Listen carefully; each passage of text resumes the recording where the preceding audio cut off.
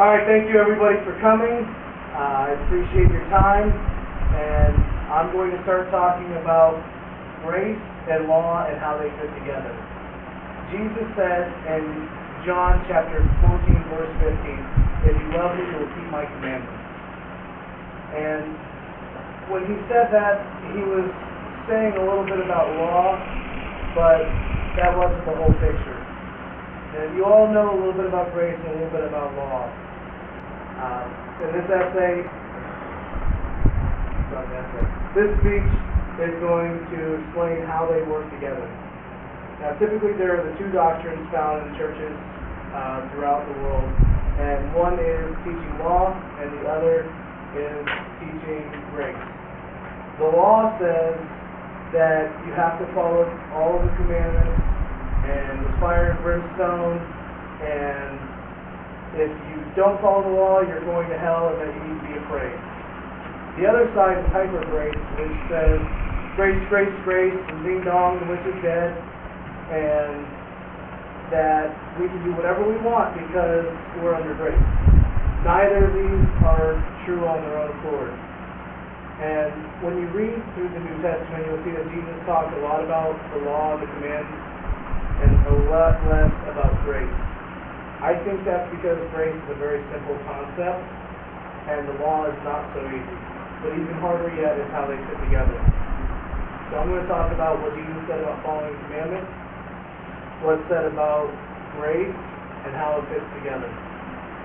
In John chapter 14, Jesus says to his disciples that he does what he does not of his own works, but because the Father is in him.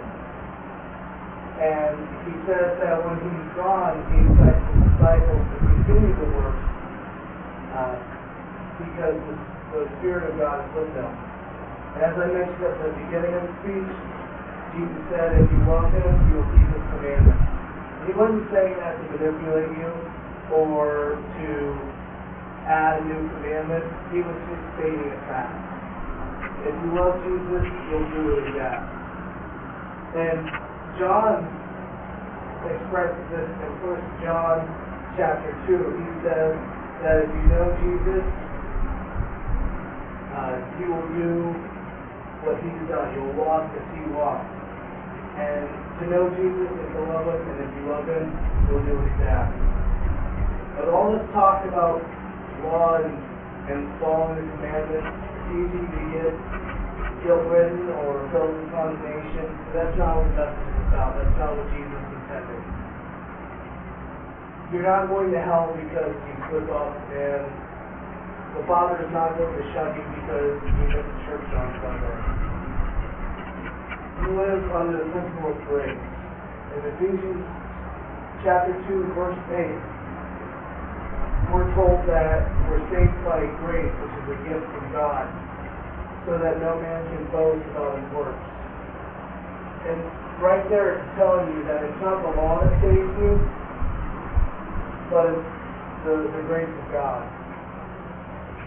And if you love God, you should want to do what he's asking you. But if you continue to sin and commit the same acts over and over again, you need to take a spiritual inventory and find out if Jesus is really living in you. So to tie it up, don't say that you're exempt from the law, but rather say that you love Jesus and you want to do what he's asked you. Just like in marriage, if your wife asks you to be nice to her friend, it doesn't matter if you like them or not, but because you love your wife, you're going to be nice to her friends.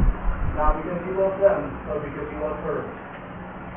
In Malachi chapter 3, verse 6, God tells the people that he does not change. And so the only way that you can fit the Old Testament and the New Testament together is as layers. And we live under grace, but if we love Jesus, we will keep the commandments. And in front of each of you, there's a sheet of paper expressing different biblical verses about the keeping the commandments and living under grace. And I think it's best said in James chapter 2, verse 14 through 17, that faith without works is dead.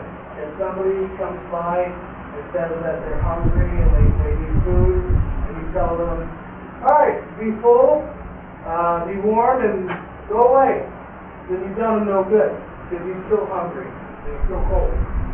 It says that your faith alone will not save you. It won't save anybody. And faith without works is dead. So thank you everybody for coming, and I hope you have a great day.